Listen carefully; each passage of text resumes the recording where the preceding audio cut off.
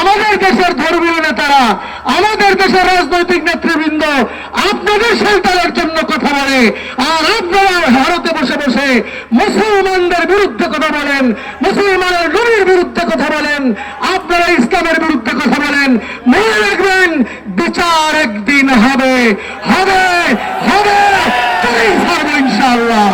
পীর সাহেব চরমরাই ইসলামী আল্লাহ বাংলাদেশের আমির যদি ডাক দেন এবং ঘোষণা করেন, এদেশের ধর্ম বর্ণ নির্বিশেষে সকল মানুষ ঐক্যবদ্ধ হয়ে ভারতের এই সকল কুলাঙ্গারদের বিরুদ্ধে আমরা লং মার্চ করতে বাধ্য হব ইনশাআল্লাহ। আমার ইসরায়েলের কথা তো নতুন নয়, পুরাতন গল্প। ইসরায়েল যা করছে, অসভ্যতার এত নিম্ন পর্যায়ে গিয়েছেন, আপনাদের লজ্জা নাই। আমরা বুঝেছি আপনাদের উচিত বিচার করার জন্য আমাদেরকে নামতে হবে আরো জোরে সোরে। আমরা আমেরিকাকে বলি, আপনি এখনো শেল্টার দিয়ে যাচ্ছেন, আপনি অনতিবিলম্বে আপনি এখন যে শেল্টার দিচ্ছেন ইসরায়েলকে, সেগুলি প্রত্যাহার করেন। যদি না করেন, বিশ্বের মানবতাবাদীরা, বিশ্বের সকল মানুষ আমেরিকার বিরুদ্ধে ফুঁসে উঠছে, আপনাদের বিরুদ্ধেও গণ আন্দোলন করতে বাধ্য হবে ইনশাআল্লাহ।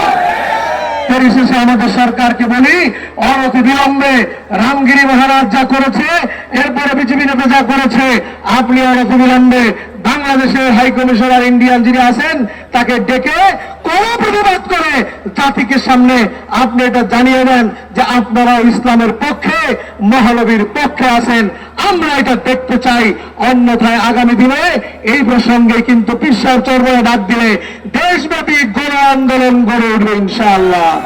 আজকের এই বৈরী আবহাওয়ার মধ্যে আজকের এই গণসমাবেশ এবং মিছিলে, পূর্ব সমাবেশ এবং মিছিলে অংশগ্রহণ করার জন্য ইসলামী আন্দোলন বাংলাদেশের পক্ষ থেকে সকল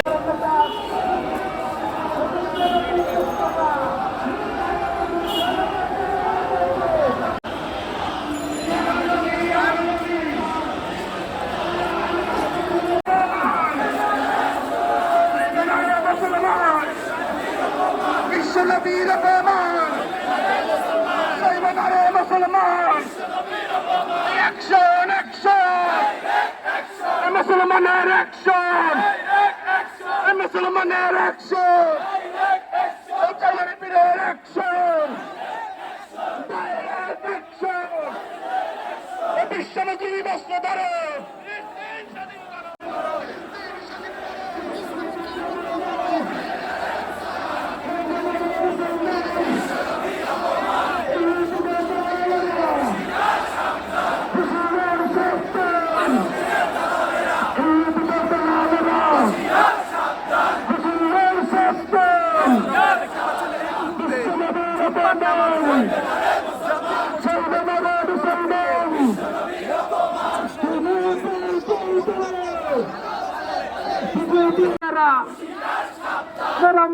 দালালেরা দালালিয়ার করিস না,